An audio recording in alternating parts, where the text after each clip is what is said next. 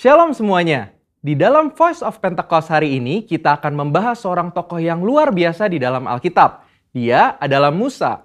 Terbukti 65 kali Alkitab mencatat bahwa Tuhan berbicara dan berfirman kepada Musa. Dan tidak ada nabi lain di dalam Alkitab yang sama seperti Musa. Nah, bukankah sebagai seorang percaya kita rindu untuk terus intim dan dapat bercakap-cakap dengan Tuhan?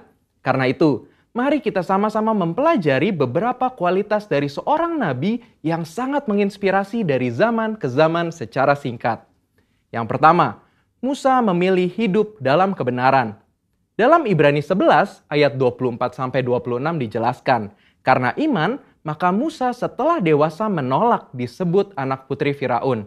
Karena ia lebih suka menderita sengsara dengan umat Allah daripada untuk sementara menikmati kesenangan dari dosa. Ia menganggap penghinaan karena Kristus sebagai kekayaan yang lebih besar daripada semua harta Mesir. Sebab pandangannya ia arahkan kepada upah. Yang kedua, Musa rela diproses Tuhan. Setelah Musa melarikan diri dari tanah Mesir, ia hidup dengan sangat berbeda di tanah Midian sebagai pendatang. Selain itu, Musa juga mengalami perjumpaan pribadi dengan Tuhan dan mengenal Allah secara pribadi. Pengalaman-pengalaman ini adalah proses yang Musa jalankan untuk mempersiapkan dirinya menjadi pemimpin atas umat pilihan Tuhan. Musa meresponi perintah Tuhan untuk membawa dan mengajar bangsa Israel hidup dalam destiny yang sudah Tuhan tetapkan, yaitu menjadi bangsa yang sulung, yang akan beribadah kepada Tuhan dan yang akan melahirkan juru selamat.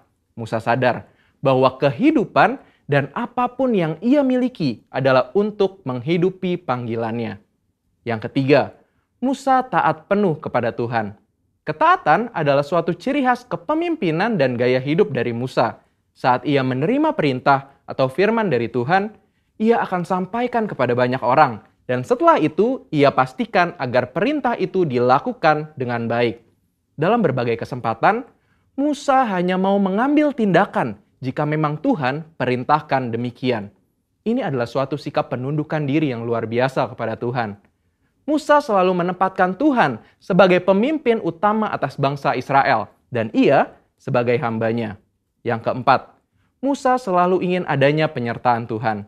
Ketika bangsa Israel melakukan penyembahan kepada patung lembu emas, Tuhan memutuskan bahwa ia tidak akan berjalan bersama bangsa Israel ke tanah perjanjian, tetapi malaikat yang akan menuntun mereka. Apa reaksi Musa? Dia menolak untuk dituntun oleh malaikat, tetapi hanya mau dituntun oleh Tuhan. Musa bahkan menolak untuk disuruh berangkat dari padang gurun Sinai ke tanah perjanjian jika bukan Tuhan sendiri yang memimpin dia dan bangsa Israel.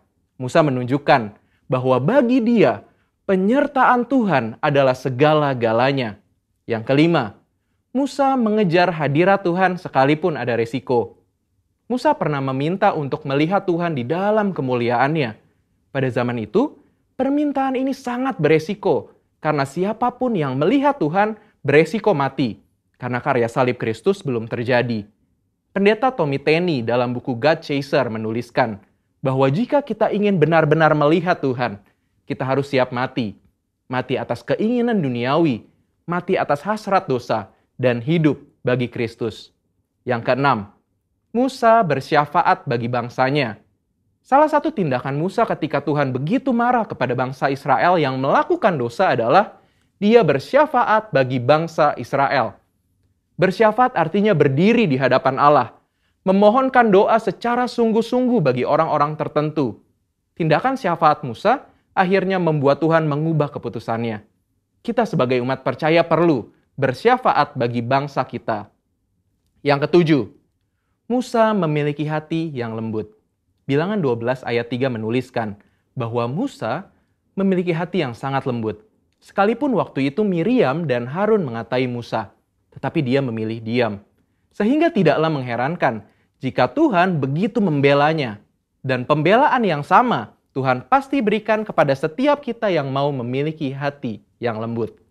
Yang kedelapan, Musa mengimpartasi apa yang dia terima dari Tuhan. Musa meneruskan apa yang ia terima dari Tuhan kepada orang-orang yang ada di bawahnya.